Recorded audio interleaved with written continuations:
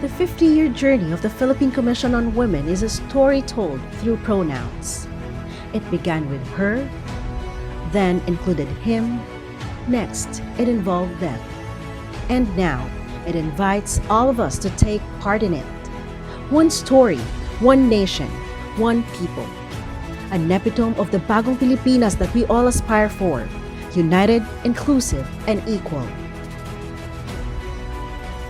From history to herstory to our story, this national narrative may be prefaced by the women's movements with an aim to integrate women at the heart of development processes. But it is worth noting that this story is co-authored, not just by women leaders and women's organizations, but by the Philippine government, non-governmental organizations, people's organizations, international agencies, and advocates and allies from all sectors of society to pave the way for gender and development. This story is also constantly edited by and for the Filipino people, regardless of gender, who have kept up with changing times and overcome insurmountable challenges with an end goal in mind: achieving gender equality and women empowerment.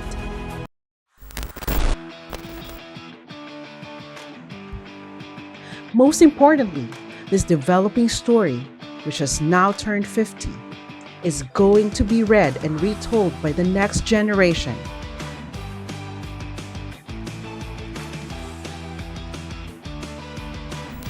So, how are we going to share the story that has already changed lives in the past, present, and future, even if it's still being written and far from its ending? No other way but to invite you, yes, you, to join us as we take a trip down memory lane and see how the story has evolved decade by decade, from his to her, to their, to your, and finally to our point of view.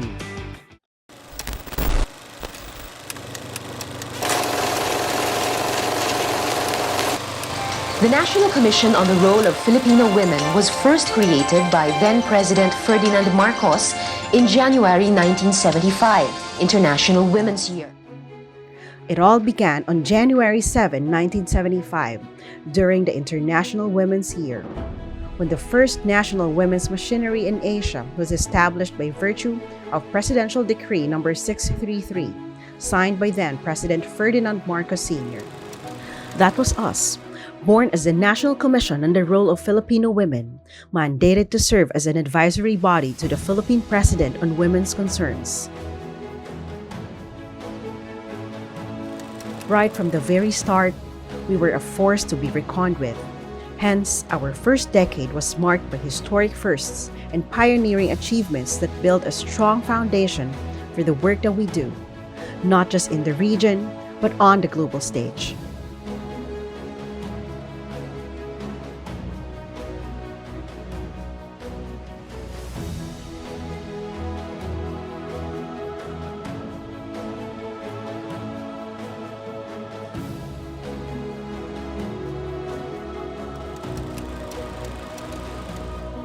Through initiatives like Balikatan sa Kaunlaran, which means shoulder to shoulder for progress, we mobilized communities and created meaningful change.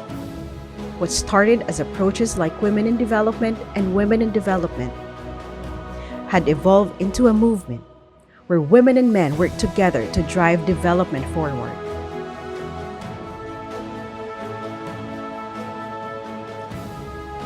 As a trailblazer in the region, the Philippines took bold steps on the global stage. We signed a convention on the elimination of all forms of discrimination against women, even before it came into effect and became the first ASEAN country to ratify it.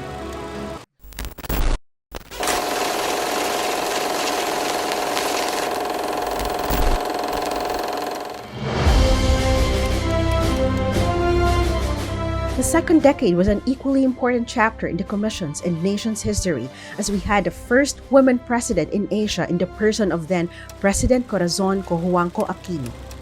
This was the same period when gender equality was integrated into the 1987 Constitution. The first development plan for women was adopted. Relevant laws were passed.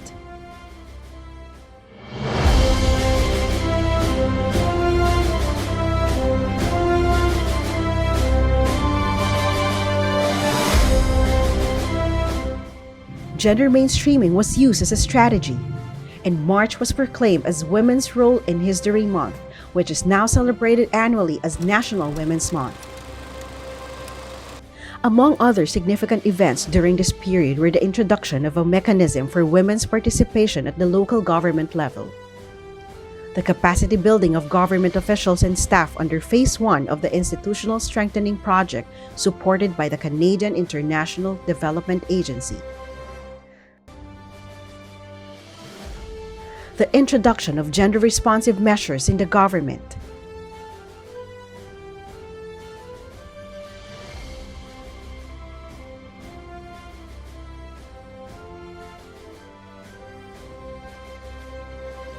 including the Women's Budget through the General Appropriations Act in 1995, now known as the GAD budget, directing all government departments and agencies to allocate a minimum of 5% of their total annual budgets for gender programs, projects, and activities.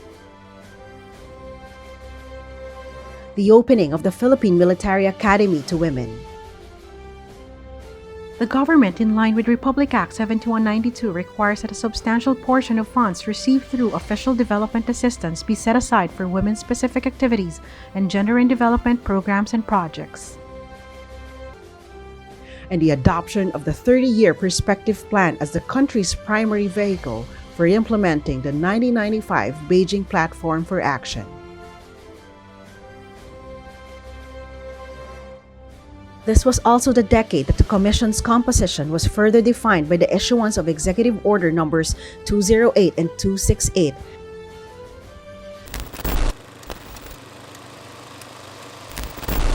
As we step into the third chapter of our story, we see that gender equality was already etched as a national development goal even before the country adopted the Millennium Development Goals and Sustainable Development Goals.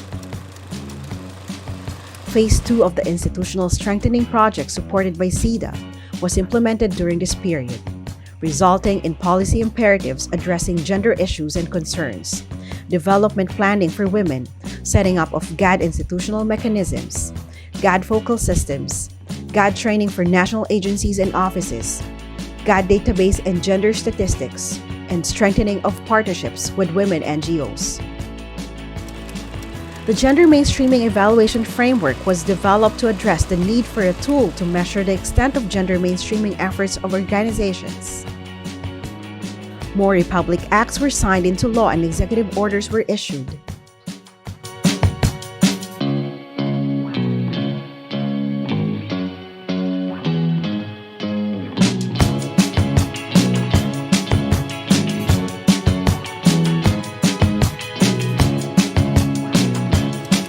Tools for effective GAD planning and budgeting were developed. Another development plan was formulated, and the country started joining the 16 Days of Activism Against Gender-Based Violence, which would later become the National 18-Day Campaign to End Violence Against Women.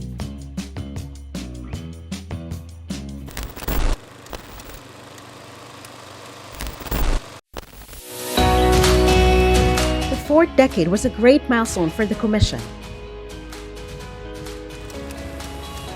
In addition to the implementation of the gender-responsive economic actions for the transformation of women, or Great Women Project, the Great Women Project is a major step towards achieving one of the major goals of the medium-term Philippine Development Plan, which is to support 3 million micro, small, and medium enterprises by providing credit, technology, and marketing assistance. The Women's Priority Legislative Agenda was launched during the 14th Congress.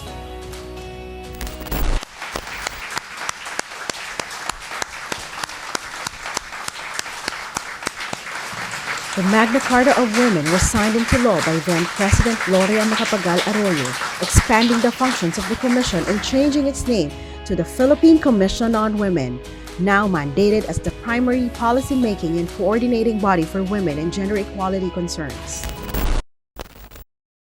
The first radio program of the Commission was launched. Makinig na on air at manood online sa Tinig ng Kababaihan. Tinig ng kababaihan. Buhay Luzon, Visayas at Mindanao. Kayo po ay nakikinig sa Radyo Pilipinas 738 para sa isa na namang episode ng programang tumatalakay sa gender development at women empowerment.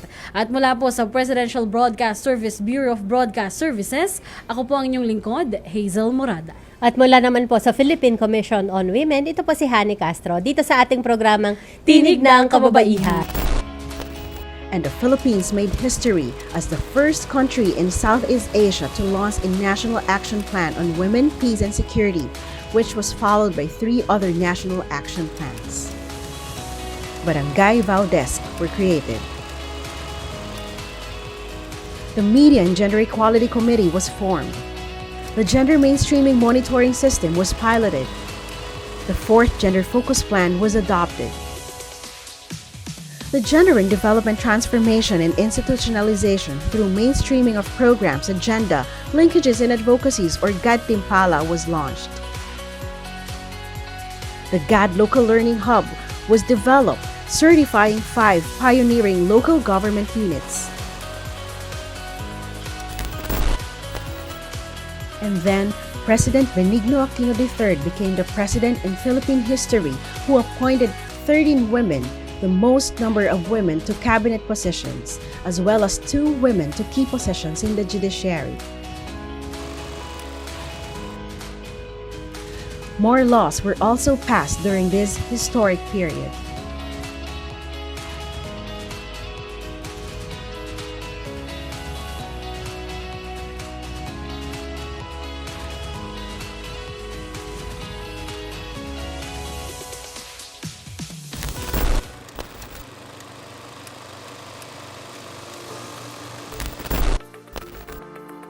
Constant change came again in the 5th decade of the Commission when its supervision was transferred to the Department of the Interior and Local Government by virtue of Executive Order No. 67, Series of 2018, which was in line with then-President Rodrigo Roa Duterte's order for the full implementation of the Magna Carta of Women down to the barangay level.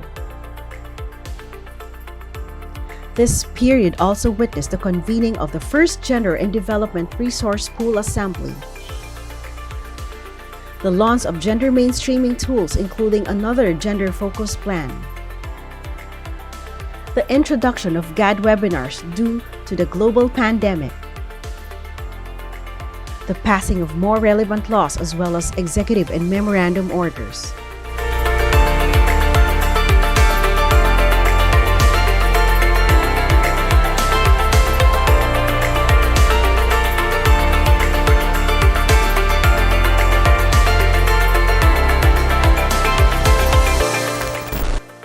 And finally, the launch of the National Action Plan to End Violence Against Women during the 2024 18-day campaign to end VOW.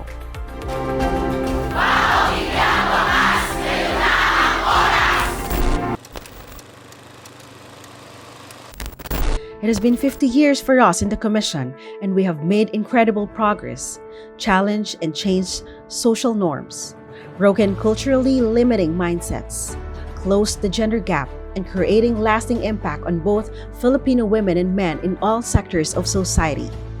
We have strived, thrived, and survived a global pandemic, various legislative changes, 3 intervention strategies, a series of national plans, 4 world conferences on women, a change of constitution, 5 decades of countless gender issues and concerns, not to mention legislative victories among other inevitables.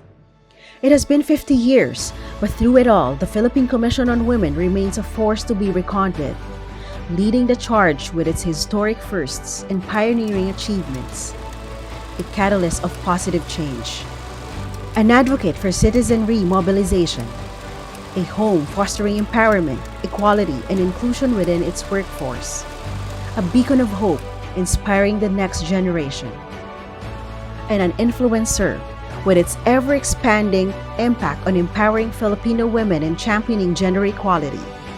From history to her story, to their story, to your story, and finally, our story. As we usher in the golden era of the Philippine Commission on Women, As the national entity for gender equality and women empowerment, we are faced with new challenges in other areas of concern: climate change, digitally mediated violence against women, to name a few. However, this won't stop us, because together we will continue writing our story, face each new chapter with resilience, forged through a steadfast commitment to safeguarding the rights and dignity of every woman, and move forward as a Bagong Pilipinas, united, inclusive, and equal, with a better tale to tell. A story of unity, where the government and all sectors of society are working shoulder to shoulder and fighting side by side for one common goal. A story of Filipino advocates and public servants, government agencies and non-governmental organizations, local communities and development partners, privileged and marginalized, women and girls, men and boys, and everyone regardless of age, sex, gender, identity, ethnicity, religion, profession, and social status. A story that began with a wake-up call for women empowerment and has evolved into a sweeping story of inclusivity and progress, culminating in the pursuit of gender equality. A story that is not exclusively written by and for the Philippine Commission on Women, because this is a story of one nation and one people. A national narrative where the plot continues to unfold, and with countless characters and endless twists and turns. The story remains unfinished, but breathtakingly beautiful, bound together by an unwavering commitment to achieve gender equality. And through all the inevitables, one thing is certain: this story is ours to tell, to cherish, and to share with generations yet to come.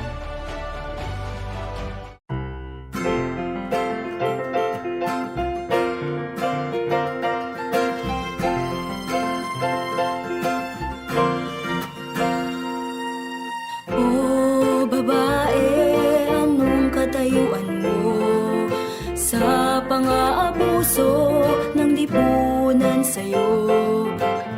Pagdurusa't sakit